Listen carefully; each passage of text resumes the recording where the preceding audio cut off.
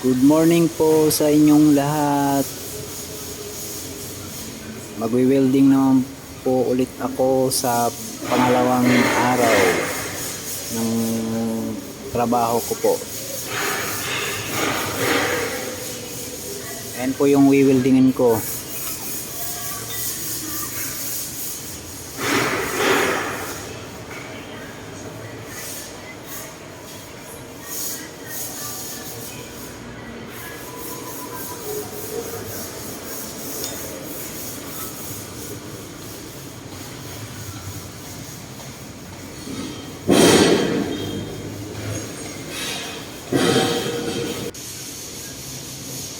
Ayan na po, nag-welding na po ako niyan.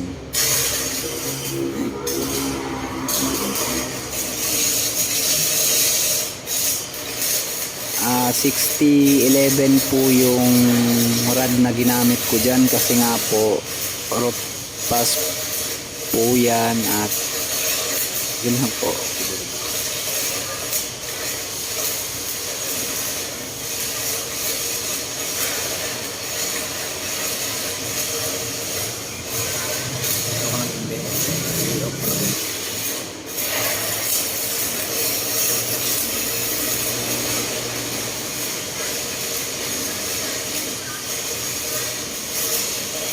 Tapos pagkatapos ko pong mag-welding ay gagrinderan ko po yan at lalagyan ko po ng guide para po yung pag-welding ko po ay diretso. Maya po makikita nyo po.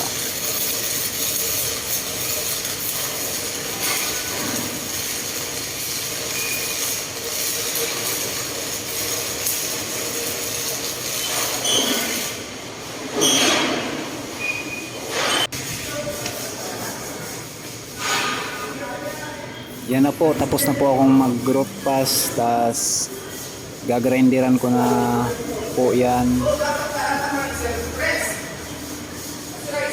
maya po.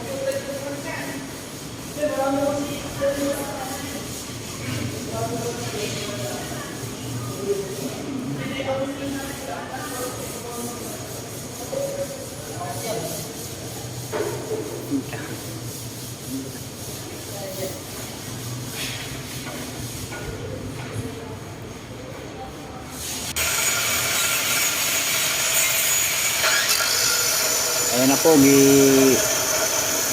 mandiran ko na po, mandrian ay ginagrinder ko na po yung wini-welding ko na root pass.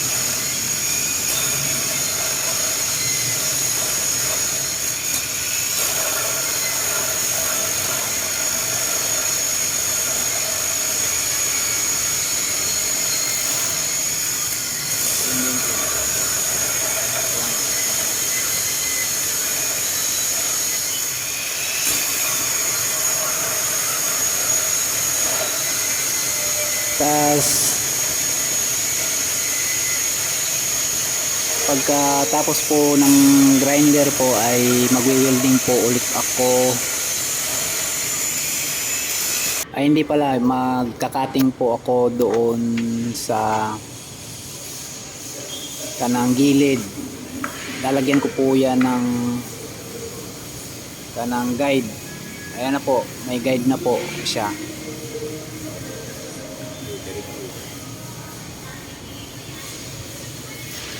Kailangan po may ganyan guys para po makita po at hindi po tabingi yung pag-welding po.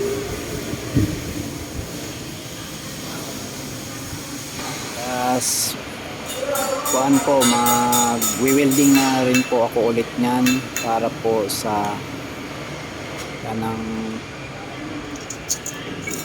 pang finishing na welding po. Ang gamit po na rod ay 6013. Yan na po yun, yan na po yun.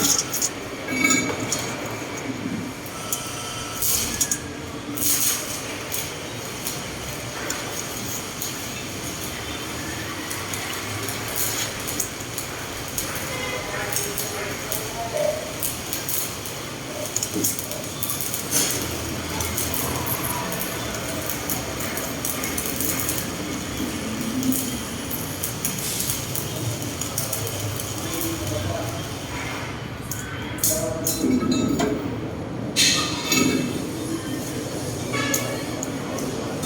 pag natapos na po yung pagwi-welding ay pipinturahan na lang, ay gagrinderan ulit. Tapos kanang pipinturahan na pagkatapos magrinderan yung sa gilid po ng welding, ay sa gilid po ng welding, kasi po marami pong yun, yung mga flux na dumidikit po. Ayun na po, ginagrinder ko na po yung gilid ng wineldingan ko.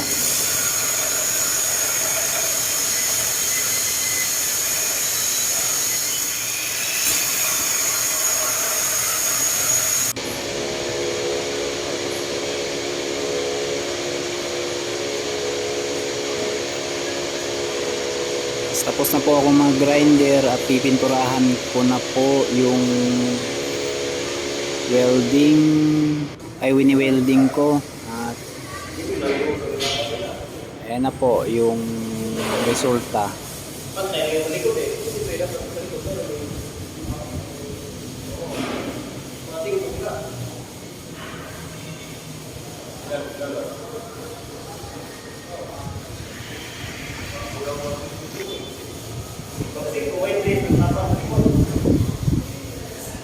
Tapos maya po ay iaakyat na po namin yan para ikabit na po doon sa paglalagyan.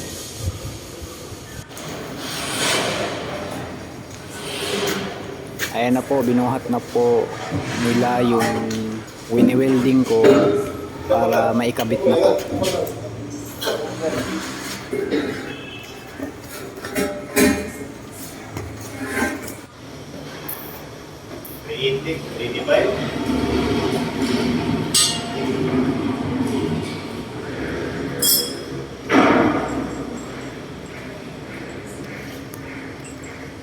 Ayan na po, nagdala na po siya ng Victolic para madugtong na po yung tubo. Yan po ay Victolic po. May gasket po yan, may goma po yan para po hindi po sisingaw yung loob ng tubo. Kasi po pressurized po yan.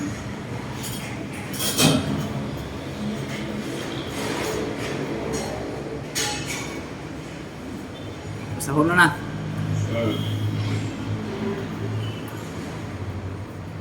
Nilalagyan niya po muna ng oil po para po hindi po maipit yung goma sa bakal. Yan po yung kulay orange po na bakal. At inangat na po yung tubo para ipasok yung goma.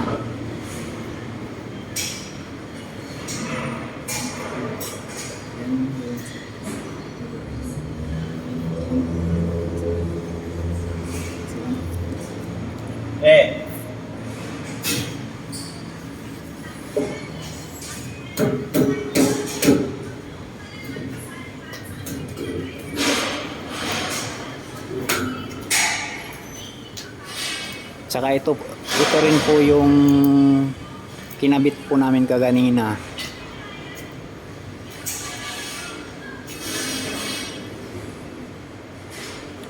Ayan po yung kinabit po namin kaganina. May Victolic na po yan.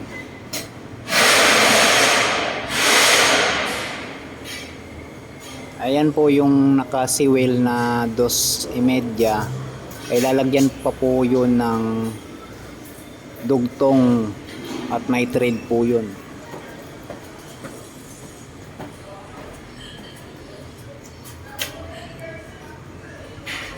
Tapos ito po yung sinampa po namin kagahapon. Yun lang po at maraming salamat. Subscribe po o follow po. Okay.